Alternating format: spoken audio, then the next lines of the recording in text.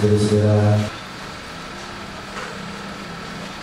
kisah perjalanan Paulus yang tadi kita dengarkan ini merupakan perjalanan yang ketiga, di mana Paulus kemudian meninggalkan Korintus yang kemarin telah kita dengarkan bersama kisahnya setelah potong rambut di sana, dan kemudian dia menuju kembali ke kota Antioquia di Syria. Setelah perginya Paulus, kemudian ada lagi orang yang datang, seorang dari Alexandria bernama Apolos. Kualitasnya juga tidak diragukan.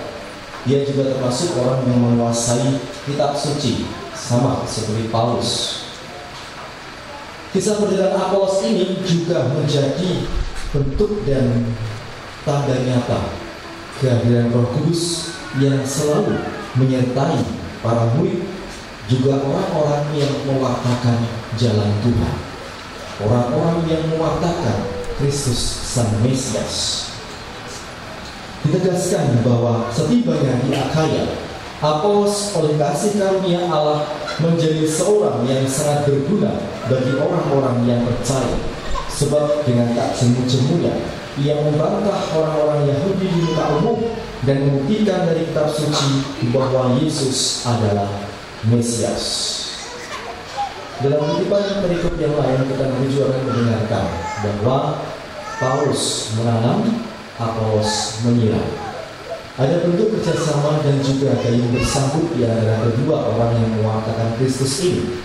Seringkali ini juga menjadi kekuatan bagi kita ketika kita juga harus mengadakan regenerasi dalam sebuah kepengurusankah, dalam sebuah kepanitiaankah, di mana kita semua bekerja dalam satu visi, satu misi. Sehingga siapapun yang terlibat di sana, kita harus bisa menerima sejauh orang itu memperjuangkan misi dan visi yang sama. Terkadang kita sering terjebak dalam hal-hal yang kemudian melulu tertuju kepada diri kita sendiri, egosentrisme yang kuat, di mana kita merasa bahwa dulu itu waktu orang tua saya masih muda, dia itu yang membangun jalan di depan sana, sehingga sekarang jalan itu mau saya bagaimanakan, itu hak saya sebagai ahli waris dari orang tua saya. Karena orang tua saya yang buat jalan, maka saya mau tanam pohon di situ, itu terserah saya. Saya mau menggali lubang di sana, terserah saya, karena itu leluhur saya yang membuat di sana. Padahal orang membuat jalan itu demi kepentingan umum, jelas. Sehingga apapun yang menjadi jasa-jasa dari pendahulu kita, jangan sampai kemudian itu menjadi hak milik kita pribadi. Mengingat bahwa leluhur kita, orang-orang pendahulu kita, lebih-lebih para rasul, mereka memperjuangkan visi dan misi yang sama, yakni kerajaan Allah. Kerajaan Allah ini yang kemudian dalam kehidupan sehari-hari diterjemahkan dengan satu istilah yang sangat familiar untuk kita, bonum commune, kebaikan bersama. Saudara-saudara, kalau Tuhan Yesus hari ini juga bersabda kepada kita bahwa ia harus kembali kepada Bapa, sebagaimana dulu ia datang dari Bapa, ini mau menegaskan kepada kita mengenai visi kerajaan Allah. Yang punya kerajaan Allah ialah Allah Bapa sendiri. Kehadiran Yesus ke dunia tidak lain tidak bukan ialah mewartakan kerajaan Allah itu, yang seringkali kita dengar dalam bahasa Yunani Basileia.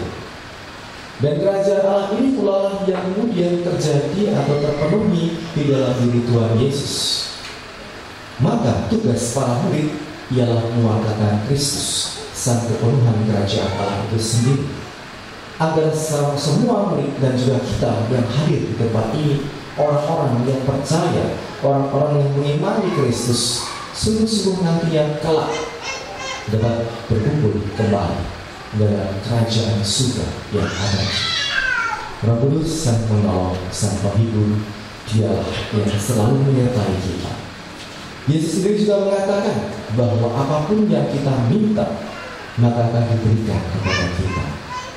Tapi saya yakin Asal permintaan itu memang sungguh-sungguh dilandasi oleh gerakan dan dorongan Roh Kudus sendiri.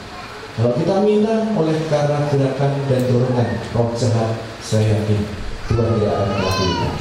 Karena rencana Tuhan adalah rencana keselamatan. Maka mintalah, maka kamu akan diberi. Ketuklah, maka itu akan diberikan banyak. Sebab Bapa manakah yang akan memberikan ulang kepada anak yang meminta roti, dan kalian sendiri kepada anak yang meminta ikan? Kalau orang yang jahat pun tahu memberikan pemberian yang baik, maka Bapamu yang di surga akan memberikan yang terbaik kepadanya. Ini Matius pasal 7. Mari saudara-saudara, kita dalam pembenaran kudus ini aturkan segala apa yang menjadi perdambaan kita, kerinduan kita, harapan kita. Kita satukan pula dengan sabda kebenaran kudus yang selalu kita mohon, agar buah-buah roh itulah yang memampukan kita mewakilkan Kristus yang wafat dan bangkit. Kemuliaan kepada Bapa dan Putra dan Roh Kudus, seperti pada permulaan sekarang selalu dan sepanjang segala abad. Amin.